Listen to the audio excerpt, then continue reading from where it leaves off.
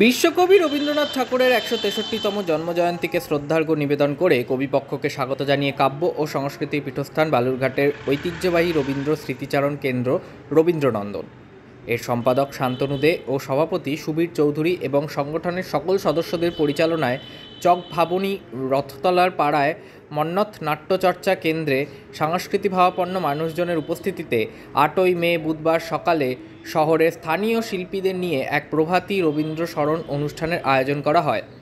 বালুরঘাট থানা মোড়ে রবীন্দ্রনাথ ঠাকুরের আবক্ষ মূর্তিতে মালা ও পুষ্পার্ঘ্য অর্পণের মাধ্যমে শ্রদ্ধা নিবেদন করে এই দিনের এই প্রভাতী রবীন্দ্র স্মরণ অনুষ্ঠানের শুভ সূচনা হয়। এই দিনের এই প্রভাতী রবীন্দ্র স্মরণ অনুষ্ঠানে শহরের স্থানীয় বিভিন্ন আঙ্গিকের শিল্পীরা রবীন্দ্রসঙ্গীত, নৃত্য, কবিতা পাঠ ও আবৃত্তি পরিবেশনা করে অনুষ্ঠানকে সার্থক করে তোলে।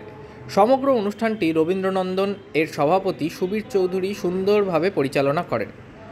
রবীন্দ্রনন্দনের সম্পাদক শান্তনু দে ও সভাপতি সুবীর চৌধুরী জানিয়েছেন, রবীন্দ্রনাথ হল সাহিত্য গগনের সূর্য। এমনকি মানুষের জন্ম থেকে মৃত্যু পর্যন্ত জীবনের সকল স্তরেই রবীন্দ্রনাথের সাহিত্য প্রতিভা বিস্তার করে আছে। তিনি প্রকৃতিকেই গুরু বলে মানতেন।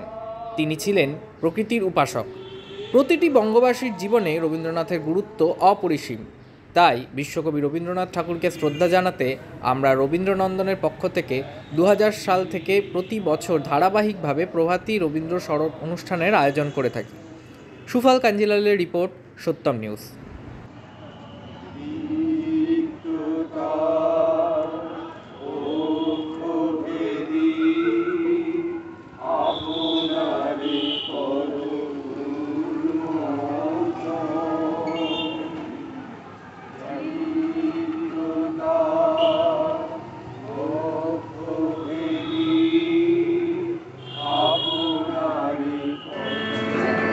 কবিগুরুর আজ ১৬৩তম জন্মজয়ন্তী পালন করছে গোটা বিশ্বজুড়ে।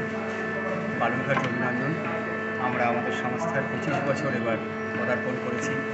তাই কবিগুরুর এই জন্মতিথি আমরা আজ সকাল থেকে পালন করছি। প্রথমে অ্যাডমিনিস্ট্রেটিভ বিল্ডিংয়ের সামনে আমরা মাল্যদান করছি কবিগুরুর আবক্ষ মূর্তিতে।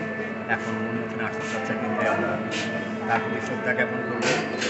গানে, কবিতা, নাচের মাধ্যমে বালুরঘাটের বিভিন্ন শিল্পী এই অনুষ্ঠানে এসেছেন এবং তারা এই অনুষ্ঠানে অংশগ্রহণ করছেন। আমরা সমর্যাদায় কবিগুরুর প্রতি আমাদের এই সশ্রদ্ধ নিবেদন জ্ঞাপন করতে চাই।